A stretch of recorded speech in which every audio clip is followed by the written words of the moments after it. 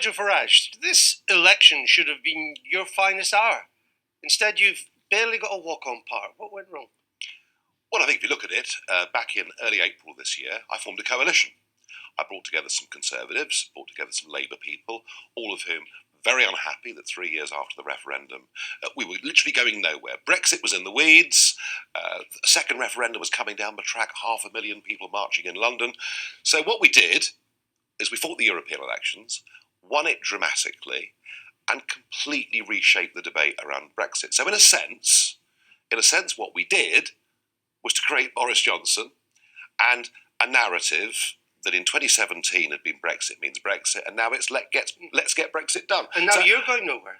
Well, I mean, you're marginalised, irrelevant in this election. I don't think if you came with me and visited some of the Labour heartlands in the north, you would think that. And I also think that what we've done is have a very dramatic effect on this election. I mean, I think number one, the decision, difficult decision, but the decision I took in 317 seats to stand down. These are the Tory-held seats. That's right. And what that's done is poleaxe the Liberal Democrats. They were going to win in South London, down through Surrey, right out to the west of England.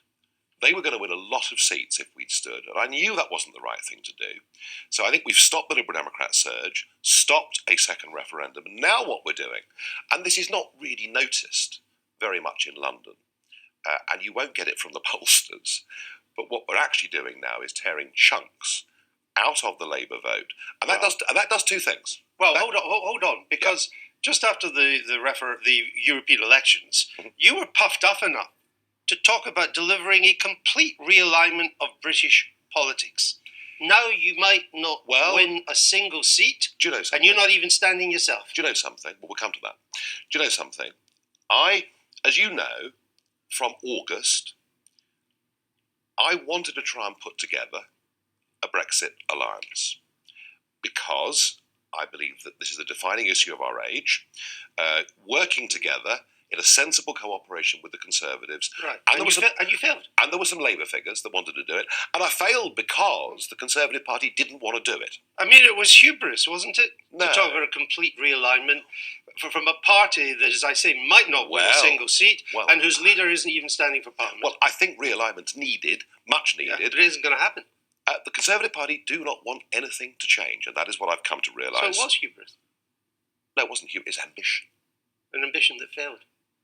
At this stage, we don't look like fundamentally reforming British politics, but do I think there is an appetite for it?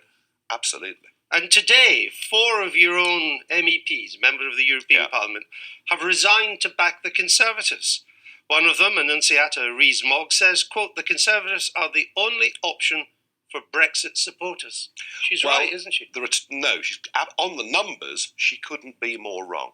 We've been down this road before. I remember in 2015, when I was leading UKIP, and people like you saying to me, aren't you going to split the Conservative vote and let Labour in? And of course the opposite happened, because we took far more Labour votes in the key seats in the Midlands in that campaign.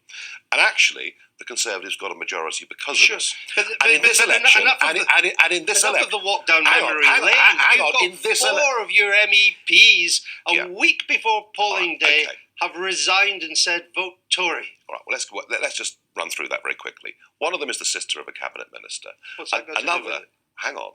One of them is the sister of a cabinet minister. Smear. Another one has a boyfriend working for that cabinet minister. Fact. And another one is a personal friend of Boris Johnson's. Now, they joined... not smears, they're facts. Yeah. They joined the Brexit Party. And you paraded them. They joined the coalition that I put together. Now, they clearly were disaffected with Mrs May as leader. And we're not the Conservative Party. And I'll tell you something. Boris Johnson's deal, unamended, is unacceptable. And I certainly stand by that. Well, I'll come on to that in a moment. But you knew Annunciata Rees-Mogg, her brother was in the cabinet, but you still paraded her. Well, you knew he was a Tory MP. Actually, you paraded her, and now you say, "Oh, well, it's just she's doing this simply because her brother is a Tory." Well, at the time, that's not right. At the time, Jacob Rees-Mogg was an outright opponent of Mrs May's so-called deal. Twice voted against it, and then on the third time, for some reason, voted for it.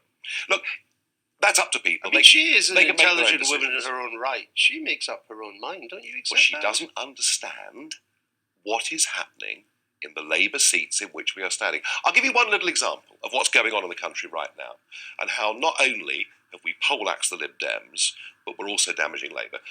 There isn't much constituency polling out there, but one that there is Grimsby. Grimsby, which has been Labour since the end of World War II. Have a look at the scores on the doors. Brexit Party up 17% in that constituency, the Labour Party down 18% in that constituency, and with no overall rise in vote share, the Conservatives now have a chance of winning Grimsby. You don't. In Grimsby, the Conservatives, because of what we've done, will probably win. And millions of those Labour voters out there would never, ever vote Conservative. But you see, So the argument, the argument that's being made, that we all have to vote Conservative, otherwise we'll split the vote. That's what she says. She's wrong. And so does three of her colleagues. And they're wrong. They don't but understand she may be wrong, it. but you seem to be pleasing nobody. Because on your decision that you mentioned not to contest Tory-held seats, another of your MEPs, not one of the four today, says that she has been, quote, disenfranchised by my own party. You're pleasing nobody. Who's that? It is Alexandra Phillips, MEP. Well, it breaks my heart. I've been disenfranchised. Another candidate has said your talk of putting country before party is, quote, absolute codswallop. Nigel Farage has exposed his duplicity to so many supporters who'd put their faith in him. He's a disgrace to politics. These are your own people. These are your people. Yeah, I saw that. And yet every one of them knew when I recruited them as candidates, they could be stood down. If we move the Conservative Party a bit further, perhaps we'll come to whether that's going to happen or not. Look, I could have stood in 600 seats. There would have been at least 24 Liberal Democrat wins in the south and the southwest of England. Right. That would have taken us closer to a second referendum. I did not want to do that. And I did take a decision that was country before party. And a lot of people don't like it. Well, you're attacked from all sides of your own party. Well, I mean, it's the same old story, Nigel Farage. We saw it with UKIP. We saw it with UKIP. It's happening again with the Brexit Party. Any party you lead soon descends into chaos and acrimony. Well, I'll tell you what, any party I lead does do. It shifts the centre of gravity in British politics in a very dramatic way. And I'm going to say seats in the House of Commons. But do you have to do that to change politics? Well, in this case, in this election, what we need to do is to get established a bridgehead of Brexit Party MPs. And the worry I've got in this election, and this is the genuine worry I've got, if I go to Doncaster, if I go to Barnsley, if I go to Hartlepool, all right, these kind of seats again that have never been Conservative in living memory and are very unlikely to be Conservative at any point in the near future. We are the challengers to Labour in those seats, and the vote that is being split is the Brexit vote by the Conservative Party in those seats. Is it acceptable to call Islam a child rapist death cult? I don't remember doing that ever in my life. No, I'm not accusing you. Good, I'm pleased about that. But is it acceptable? No, it wouldn't be. Why? Because the candidate you're running in Edinburgh South West has said that. Is that why we got rid of them? I'm not aware that you have. I'm sure we have. Do you know? Do you know something? Any attempt that gets made to try and paint the Brexit Party into being a right-wing political party that would harbour anybody with extreme views is completely and utterly wrong. He's on the ballot as the Brexit Party candidate. Well, if we found out later and we sacked him subsequently, there isn't much we can do. But you know something? You can say that of all the parties in this election. Is it acceptable to say Islam is the problem, and until we destroy them, the world will never be a safer place? I've no idea what you're talking about. All I can tell you, Andrew, is we are, in terms of the mix of our candidates, if I look at what we put forward for the European elections, we had more diversity of background, of class, of race than any other party. He's your candidate in Birmingham Ladywood. I've absolutely zero idea. How would I? Well, he's your candidate. Is it? Flying under your flag. Very good. Well, I'm not a walking encyclopedia, sorry. And you don't know if action has been taken against him by your party? Until we destroy them, Muslims. Well, I'm sure if some idiots slipped through the net, they would have been got rid of immediately. He's on the ballot. Any anti-Semites there as well? Or couldn't you find any? Are they all standing for Labour? Simple question. Who do you want to be Prime Minister on the 13th? Not Jeremy Corbyn, obviously. Because it's going to be... Well, who do you want? It's going to be Boris Johnson. Do you want that? I prefer that to Jeremy Corbyn, Of course. And you're in a Tory, I think you live in a Tory constituency. I do. Who are you going to vote for? I haven't decided yet. Let's see, because there's a big thing here. Boris Johnson said, as this campaign kicked off, that we would now go to negotiate a super Canada Plus style trade deal, and that we would leave next year. Now, if that's what he's doing, that's great. He's always said he wants a super Canada trade deal. Well, he's always said there's nothing new in that. But if you look at what was in the withdrawal agreement, there was absolutely no mention of anything like that. And in fact, significantly, what Boris said was we would not have political and regulatory alignment. Now, that's what he said 3 weeks ago, and that was why I stood down in 317 seats. My concern is But he wrote that in the Telegraph in September of last year. Yeah, that's a long time ago. Yeah, but he's always taken that view. Well, the withdrawal agreement did not have that in it or anything like it. And my worry is, I appeared the other night... Well, the withdrawal agreement is not about the future relationship. It's about the terms in which we leave. It's not about free trade. Wrong. No, I'm sorry, but you... And he hasn't changed his mind. Isn't That's it what funny? he talked about. Isn't it funny? This is called the Brexit election, and we're not having any debate about the withdrawal agreement. The political declaration, okay, people say is not legally binding. Actually, it is, because the treaty, if it's ratified, Article 184 makes absolutely clear that what is written in the political declaration is legally binding. So what I want to see is this. We need to see some amendments in Parliament shortly after it comes back to the political declaration. If we don't, we're not going to get a clean break from the European Union. And that is why, left to their own devices, the Conservatives will let us down on Brexit again, as they did under Theresa May. We're the ones that need to hold them to account. Right, well, now I'm really puzzled, because you are telling people, your supporters, in Tory-held seats, to vote Conservative. No, I'm not. I've never done that. You want them to? I've never done that. You want them to? I've said don't vote for Labour or the Liberal Democrats. Right, well, and this is very much a don't vote election, isn't it? Well, but on Tuesday you said if you can bring yourself to do it, vote Tory. That's what you said. If you can bring yourself... What I said actually is, many of our supporters will probably stay at home. You asked Leavers to back the Tories. If you can bring yourself... these were your words on Tuesday. Yeah. Well, let's do the whole quote, shall we? I said many of our people will stay at home, some will spoil their paper, and some will vote Conservative. If, however, and let's make this clear, if over the weekend Boris makes it absolutely clear that we are going to amend those terms of the political declaration that would bind us in everything from financial services to fisheries, if he makes it clear he's going to amend that, then a lot more of them would vote for it. But you probably, we don't know yet, but it's not looking likely you'll have many, if any, MPs in the House across the road. I don't know. And you know that this political declaration is not, if there's an overall Tory majority, it's not going to be changed. It's pie in the sky. Well, then Brexit will be sold out, and we'll find. And you know, it's very interesting this, because when Mrs May was Prime Minister, and I started talking about the great Brexit betrayal, everybody thought, isn't it funny? Nigel's never satisfied with anything, but it didn't take very long for me to be proved to be right. And I'll make this prediction. If Boris, and he will have a majority, there's no question about that. If he pushes through the deal, the treaty, as it currently is, with the attached political declaration unamended, we will be back in crisis within 6 months. And if that deal, as currently constructed, comes before the European Parliament to be ratified, how would you vote? I couldn't vote for it as it is. Of course not. So you would vote against the Brexit deal? How could I vote for something that isn't Brexit? How could I vote for something? Just take Article 77 of the political declaration, which says even on everything, even taxation, we'd be tied to EU rules. But you're writing yourself out the script. I'm sorry, Andrew. I have stood for 25 years on a point of principle. Okay. And the point of principle is, I want us free of the institutions of the European Union. I don't want the European Court of Justice for decades to come to continue to have sway. You, in your manifesto, though, you have an interesting idea that you want more direct democracy. Yeah. And you propose that people could hold a referendum on any issue if they get over 5 million signatures for that issue.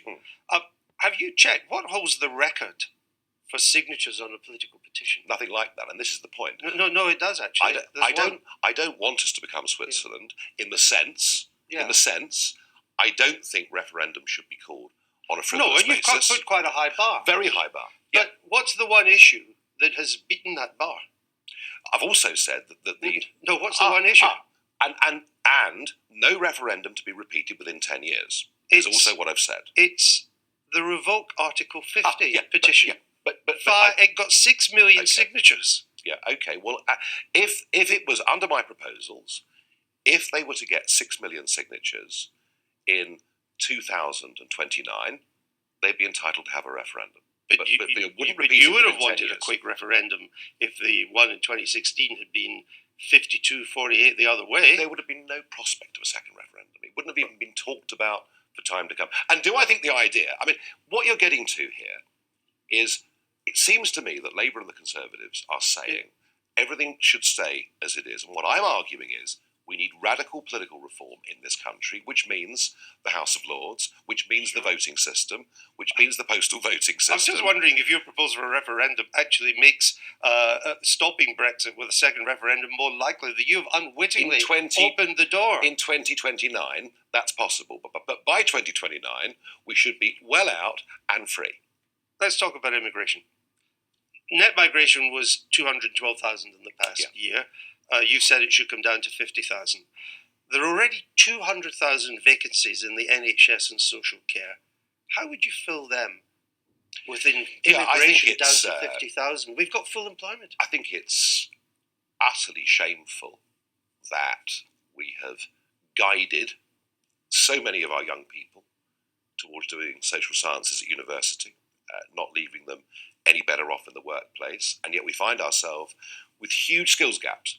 It isn't just health. You talk about the skills deficiencies that we have in health because we're not training enough doctors, we're not training enough nurses.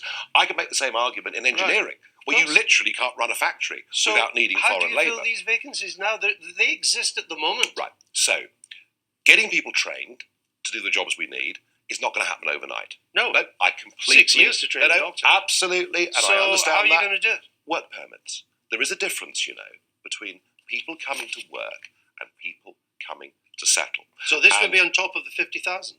Yes. How long would these permits be for? A year, 2 years, whatever it needs to be. You would expect someone to come and work in the NHS for just a year? Maybe 2. Bring their family? No. No. Of course not. Well, why would they do that? Because... For a year? You've got to leave your family behind?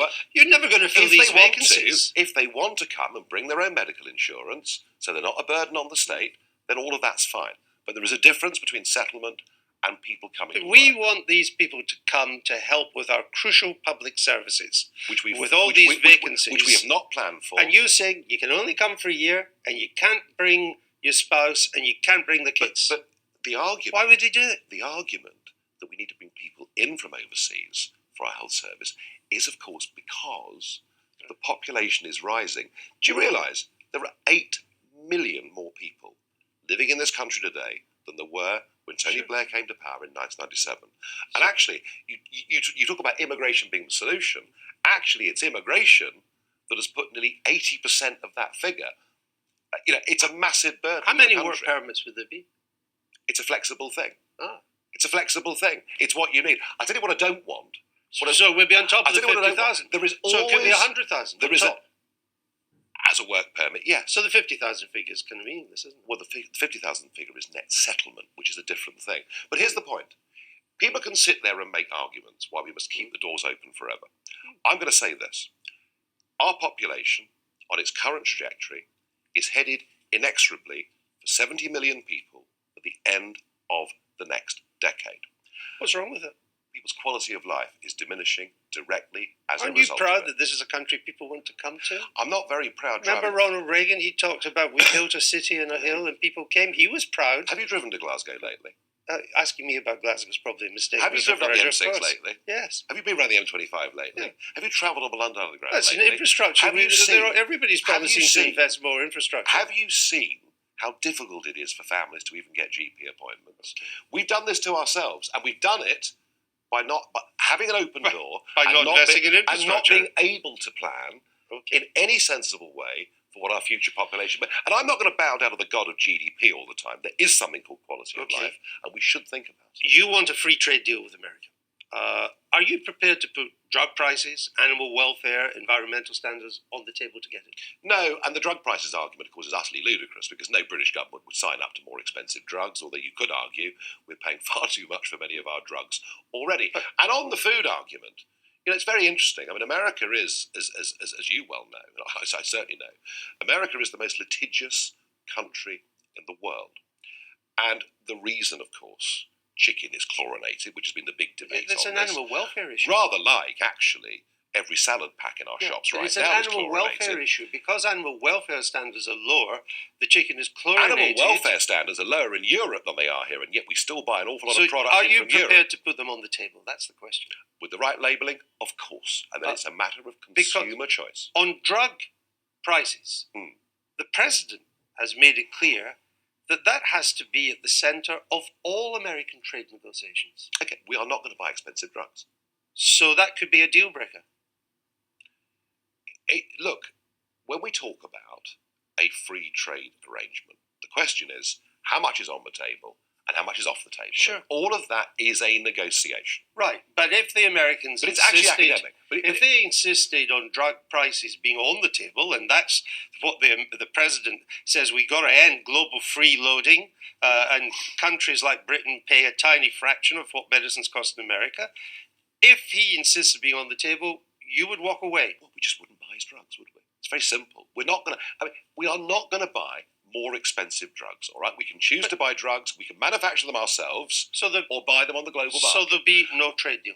Do you know something? This thing that you put so much store in, today you've just said there'll be no trade deal. No. When it comes to Scotch whisky, when it comes to Levi's jeans, when it comes to the big financial centres of New York and London, there's an awful lot we can do. Have you told Mr. Trump, who's your friend, have you told him that drug prices and this sort of thing will not be on the table? I think the truth of it is that the view of the Trump administration is that this conversation you and I are having at the moment is probably wholly academic. Because if the withdrawal agreement passes unamended after Boris has won this election, the chances of us doing free trade deals with America or elsewhere will be hugely inhibited. And it's why I want this to be amended. I want it to be changed so that we have got those options.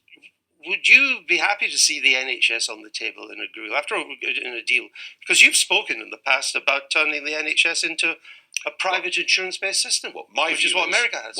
My view is that wealthier people should be encouraged to take out private insurance to lift the burden off a system that is struggling to cope. We think about waiting times, minor operations, things like that. When it comes to opening up the NHS for privatisation, do you want the truth? It's already happened. But you said we have to move to an insurance-based system of healthcare. You wanted replace the way the NHS is funded. I want wealthier people to be able to opt out. But they can do that now. And you've rather ignored my point.